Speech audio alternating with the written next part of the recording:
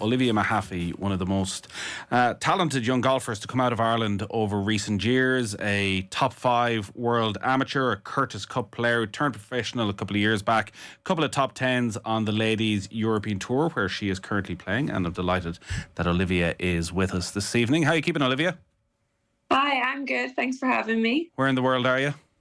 I'm actually at home. I got back from Kenya on Monday, so a little shock to the system with the weather, but it's nice to be back. Home is still Banbridge then, yeah? Yeah, still Bunbridge, so I don't think anywhere feels like being at home and in your own bed. You have been on the road. You were in Kenya as recently as last week, and a decent finish playing on the Ladies European Tour, the Magical Kenya Ladies Open, finished 23rd. Yeah, nice to get the first one of the season out of the way. It's kind of a tough course to start, very, very tight, narrow, and kind of firm. So decent, left a few shots out there, but nice to see where the game's at and get prepared for the rest of the season. How did it feel going back to Kenya this time compared to 12 months previous? Because at that time in 2023, in your first summer of the year, it was at the end of a long sabbatical when you had stepped away from the sport because, you know, I think you needed to look after your own mental health for a little while and get things together. How did it feel going back this time compared to 12 months ago? Yeah, it was weird. You know, when I think of where I was a year ago to where I am now, it's kind of crazy. I think the progress I've made on and off the course. And I was so nervous. Last year, it was my first event back. I took 6 months off, didn't compete for a while. And then going into it this year, it just felt totally different. And it was really weird standing on some of the tee boxes. And I was like, I don't know why I thought this was so tight and difficult. And it just felt different. But I think it's nice to see the work you put in, like, how rewarding it is, because I feel like a totally different person than I did 1 year ago. So I think to see that all pay off, it's quite rewarding. How did you feel 1 year ago when you stepped up on that first tee in Kenya? Oh, I think I was nervous. I'd never taken time away from golf. Like, it's always been my life. I'm the type of player that my team around me begged me to take time off and, you know, practice a little bit less. I think I'm a little over the top with it and obsessed. And I think when you take that out of your life and you don't really know how it's going to be. So I think I had all of those emotions. I think I was nervous. I was apprehensive. I didn't know what to expect. I didn't even know if I was ready to be back playing. So I think it was really, really tough last year. And I think to go there this year and feel so calm and feel prepared and feel ready, I think I'm a totally different player, and I'm really excited for this season now. We've got a broad audience here, so we'll have golf fans who will know your name and will have been following your progress through the years when you went over to America and Arizona State and you were becoming a really great amateur golfer. And there'll probably be people who have heard of the name and maybe probably first came familiar actually when you went on Twitter and you spoke about the mental health issues that you've been going through and making that decision to step away from this game that you love and that you love practicing and feeling actually the thing I need to do now is actually just look after myself. Can you talk to us about August 2022 and what was going on in your life that you felt you need to make that decision? Yeah, so I lost my dad just the December 9th, just before, and it was rough. I went to Q school immediately after. He made me promise I was going to go, and lost my dad on Friday, had his funeral on the Sunday, and got on a plane and went to Q school on the Monday, and wow. I didn't tell him. And it was tough. Like, that was by far obviously the toughest experience of my life. But to get on that plane and to do that, I think it was just so rough. Like, I remember going to tee it up and I bumped into some of my friends. They're like, how's your family? All good? Is everyone good at home? And I'm like, yeah. And then I walked to the tee and I was like, just don't cry, just don't cry, just don't cry. And I think going through that, but I kind of buried my head in the sand. I just went straight back to work. I went on this crazy stretch at the start of that year. I played like 9 weeks in a row. I was like Australia, Thailand, South Africa. I was in America. I was just everywhere, trying to cope with it. And then I came home and I think it hit me then. And played the rest of the summer, struggled, and then, I mean, I was just not doing good. I just didn't feel like myself. I mean, my relationship with my dad was a lot to do with golf, and I think when you lose your biggest sounding board and the person you trust the most, I think it's so difficult. And I made the decision to step away. Probably should have done it earlier. My family, everybody sort of noticed I just was not the same person. I didn't really want to leave the house. I didn't want to socialize. I wasn't enjoying what I was doing. I was crying like every night. overnight. And I think making that decision was probably the hardest thing I've had to do, because I still like felt like golf was my escape, but I was just hurting myself by doing it and pushing myself more. And I made the decision that I can't continue to compete, and I need to be at home, and I need to work on myself. And it probably took me 2 or 3 months to fully realize that that was the best decision for me. God, that's an incredibly difficult week, obviously, losing your dad, the funeral, and then to go out to Q school, which everything I've ever heard about Q school is it's just the most horrendous experience, because people's livelihoods are at stake here, and if you don't get the number you want, suddenly your entire career can disappear in front of your eyes very, very quickly. It's such a pressurized situation where there probably isn't much room for sentimentality from people who are there, and obviously a lot of them don't even know what's going on. Those few days going to Q school, are they just a blur when you look back now? Yeah, it was just so rough. Like, I remember I deleted like all my social media, like off my phone. I just didn't want any messages. And it was really crazy. Like, everybody in like where I'm from, my golf club, everybody knew, like home, but like all my friends in America, all my friends in the golf world that were away from Northern Ireland, like nobody knew. So I think like the first week, obviously it's the worst thing about Q school was it was 2 weeks. So it was the pre-qualifier and then the final qualifier. And first week was like, okay, I managed to get through it. But then the longer I was away from home, and I was just like, I need to go. But I mean, I managed to get through it. I knew it was what my dad, that was his final wish. He was like, promise me you will get on that plane, whatever happens, and you will go and play Q school. And I think, it was hard for me. I wanted to turn pro in 2019. I fell and broke my hand. I missed Q school. In 2020, COVID happened. So I wanted to turn pro already 3 years ago, and we're still here. And finally, my chance to turn pro and get status on tour is around, and I'm not able to. So it was tough. And incredibly tough to give yourself the best chance then, while you'll be well used to the travel from the college circuit in America and all of that. I think anybody who's turned to be a professional golfer has found those initial weeks and months a struggle with the constant travel, the expectation to perform. It's your livelihood. You need to pay your way when you're going there to try and go through that while all this other stuff is going on in the background as well. It's almost impossible to succeed. Yeah, well, I mean, my preparation was horrible. Like, I'm someone, I work really, really hard. Like, I came home in October and I spent all the time with my dad. I wanted to care for him. I wanted to be here. I barely practiced. And the last 2 weeks before I went to Q school, I barely touched a club. Like, I mean, I'm someone who's out there. I work really hard. I love practicing. And then I'm going into this event. I'm a mess off the course. And then also I'm like, oh my gosh, I haven't even practiced. Like, that was the last thing on my mind, was I have not even trained to go into this. What was the moment when you realised, actually, you know what, I need to step off the hamster wheel here. I need a break? Yeah, so like it was kind of building, like, because I actually started the season okay. Like, I had a couple top tens. I was playing pretty solid. And then when I came home and I realized like what had happened, I don't think I was living in the real world. I think when I was playing those weeks, I was thinking, I'm going to go home. And it's just like how I used to do it in college. I would leave from home for 6 months. I would come home and then everything would be the same. And I think I maybe thought that was going to be the case. Like, I'm going to go and travel. I'm going to come home and everything's going to be normal. And I think when I first put my foot through the door, I was like, oh my gosh, like, my dad's not here. And I think that really hit me, that moment. And then I sort of knew, like, I remember we played in Galgorm in Northern Ireland. All my family went to watch, and they're like, you are not yourself. And I remember like 3 or 4 people came up to me separately and they're like, can you just take a break? Can you just take some time away? And I was like, no, I'm fine. I'm going to push through. And then I came off the course the first round in Sweden, shot like 6 or 7 over, played terrible.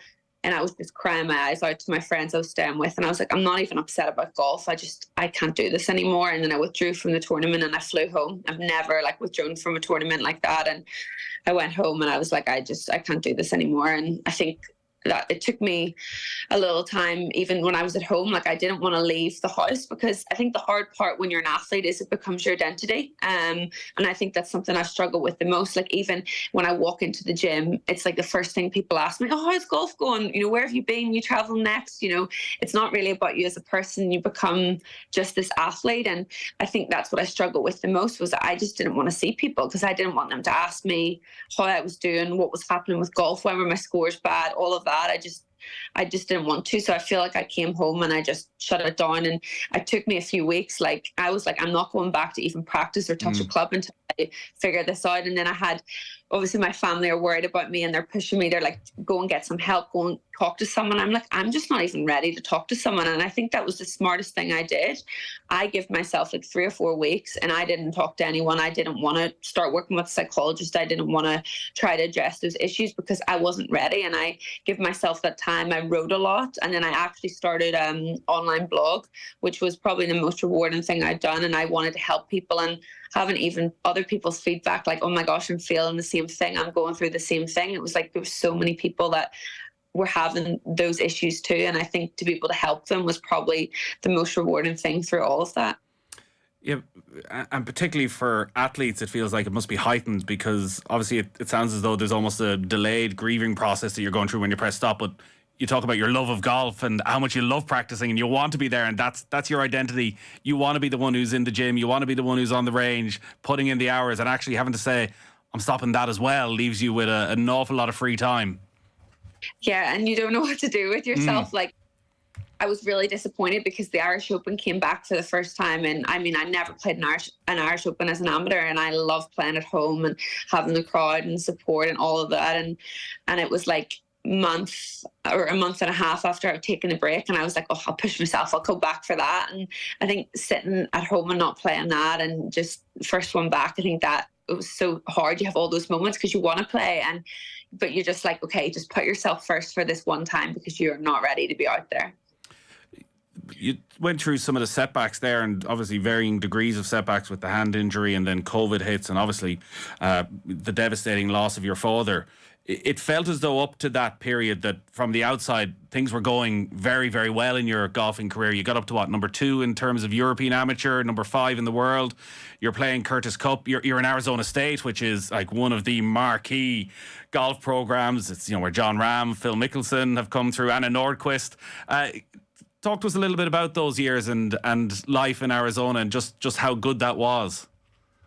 Yeah, it was probably the best decision I've ever made in my life. I think I wasn't really sure at first. I was like, should I just turn pro? I'd had a successful amateur career. I sort of felt like I'd ticked most boxes. I'd achieved a lot of things and I felt in a way ready. And then I said, right, go out there for 2 years. Your goal is to play on the LPGA Tour, get used to being away from home, learn how to do all those little things that you're so comfortable at home not having to do, you know, be on your own schedule, do all your own washing, like all those stupid little things you don't even think about. But it was the best decision for me. And then when I got out there and I saw how hard I was working in school, I was like, I really wanted to get my degree. So I stuck it out there, got my degree. But it's just amazing being out there. It's like a whole new level, facilities, competing all the time. And then obviously, as I said, the degree was important to me as well.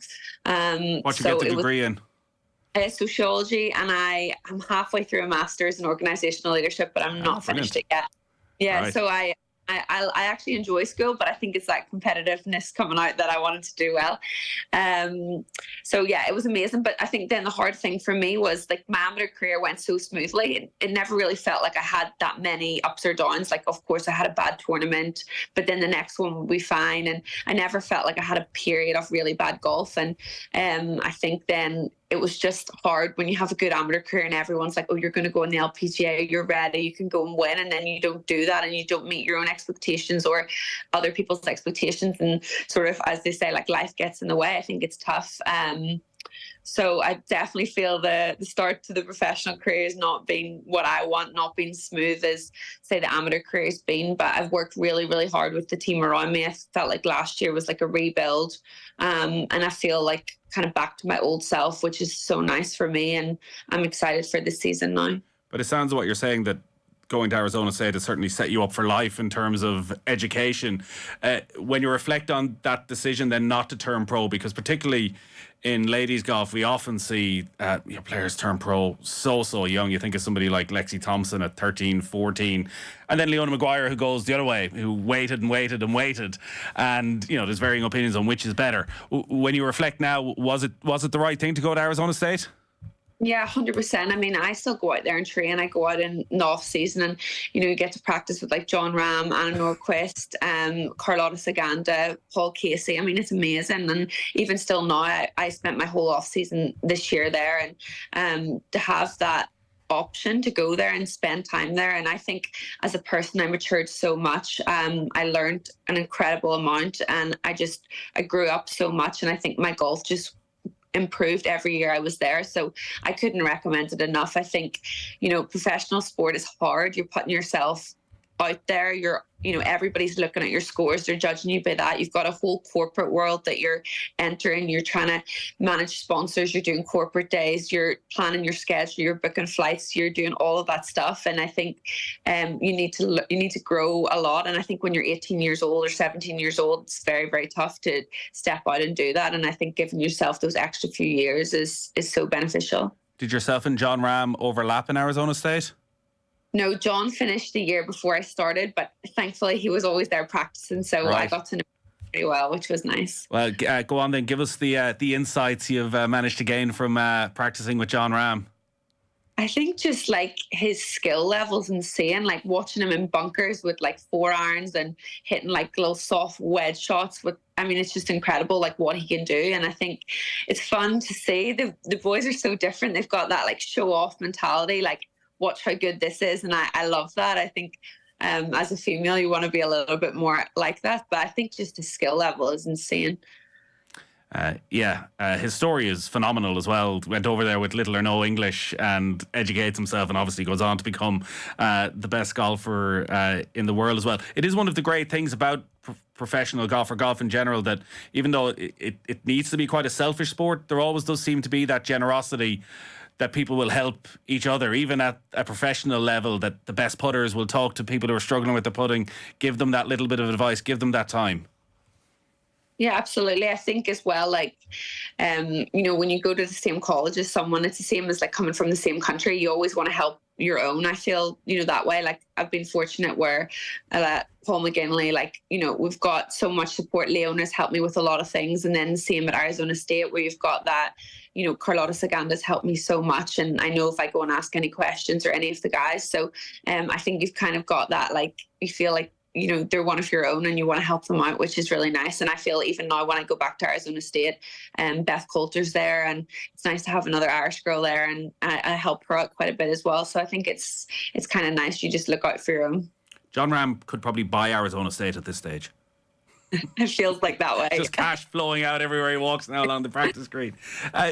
The advice you get from Leona, like, it's so cutthroat, professional golf, and it is a sport that looks so glamorous from the outside, and you get to go around, play the best golf courses in extremely nice parts of the world, but it's so hard to make money. It's so hard to live week to week. Who are the people that have spoken to you about that, as to how you manage all that business side, which is not glamorous at all, with also being able to fully focus on the sporting side of things? Yeah, I think I've been fortunate where, I've been able to pick Leona's brain a lot about it, Carlotta. I mean, all of the girls that I've sort of been there before you, but I think you have to learn yourself a lot as well. Like, I mean, everybody's so different. Like, how early do you like to get to a tournament? Like, do you like to play 4 weeks in a row? Do you like to have an off day on a Monday? Do you like to try and get out of the country on a Sunday? Like, all of those little things that you have to figure out what's the best for you, and nobody can tell you how to do it, which is the hard part. Like, you see it even now with the guys, like trying to figure out if they want to play the week before a major or not. I think everybody's so different. So no matter how much advice you get, you've still got to figure out all of those little things on your own. But it's definitely nice to, like, get advice from them about certain countries, or even like getting visas for countries. Like I didn't even realize I had to get a visa for Australia, and I'm trying to like do this frantically, like all of those little things that you can ask the girls that have been there before, which is nice. Yeah, it's a tough gig, and the circle you have around you on the Ladies European Tour when you're out on tour, I'm sure is hugely important. Like Padraig Harrington always spoke about, say, the glory days of the European Tour, when there was probably a dozen male Irish golfers out there, and everyone went down for dinner every evening at 7:00. It didn't matter if you were top of the leaderboard or you were going to miss the cut. There was that sense of nobody's sitting up in their hotel room by themselves. you come down, you have dinner, and you have the chat. Do you have that there when you go out on tour? Is it a welcoming place, or do you find it quite a lonely place? Oh, the Ladies European Tour is really good. I think everybody is very friendly, and I think you sort of have to find your group that you like to travel with, because we stay in a lot of Airbnbs, obviously try to keep the cost down because we're spending so much money. So I think it's nice when you kind of have your group, and I like to stay in Airbnbs because we can cook, but I have like quite a good bunch of girls that I travel with, which is really nice. And then my caddy, he stays with us sometimes as well, and that's nice. So I think it definitely helps. I think it's a very lonely sport, and you definitely need to have that good group around you, because, you know, when you're 4 weeks on a road and, you know, someone around you's not playing well, or, you know, you've had a tough couple of weeks, it's really important who you surround yourself by. So I think that's very important, because it can get lonely out there. What are the ambitions then? Because you spoke about becoming a Ladies European Tour player. I wonder, was that at a time when the Ladies European Tour was in a different place? Because it just feels the LPGA has become bigger and bigger, and the Ladies European Tour is really just trying to keep up with it at the moment. Is the Ladies European Tour a sustainable way of playing golf long term? It's not my long-term plan. You know, my goal by the end of the year is I would love to have an LPGA card. I would love to win on the Ladies European Tour. I mean, it's a really great tour. It's very nice to see all of these countries. I think it's grown a lot. It's improved a lot when you see where the money was 4 or 5 years ago to how many events there is. It's a very competitive schedule. The money's improved a lot. It's great. Obviously, it's very far behind the LPGA still. So obviously the goal for me is to get on the LPGA, and that's kind of where I've got my sights set for the end of this season. And what's your year looking like? Do you, in terms of entries to tournament, are you able to pick and choose, or are you in that place no golfer wants to be, where you're sitting by the phone on a Monday night and you're having to fly halfway around the world and you don't even get a practice round in, and everyone wonders why you end up missing the cut? I know, you feel like that happens. I have a decent status. I'll get into most events, which is good. So I'm able to plan a little bit more. Obviously, there's reshuffles, and I just feel like with professional sport in general, you just never know what's around the corner. So I say that as I'm reserved for next week in Morocco, and I would love to play. So maybe I'm still sitting by the phone a little bit, but no, I have a pretty good schedule. I should probably play a decent amount of events, and I've been able to plan it out pretty far into June, which is nice in terms of booking stuff and getting organised. So I think I should have a nice number of events this year. And you had 3 nice days at the Irish Open last year. I presume we'll see you back this year? Yes, very excited. Excited that it's in Carton House, and obviously Dromoland have been doing such a good job. So I think that'll be great, and hopefully we'll get some big crowds like we did last year. Yeah, well, listen, Olivia, we look forward to seeing you at the Irish Open and following your progress throughout the year as well. Hopefully you get that win, get that spot on the LPGA Tour. But thanks a million for joining us. Thank you.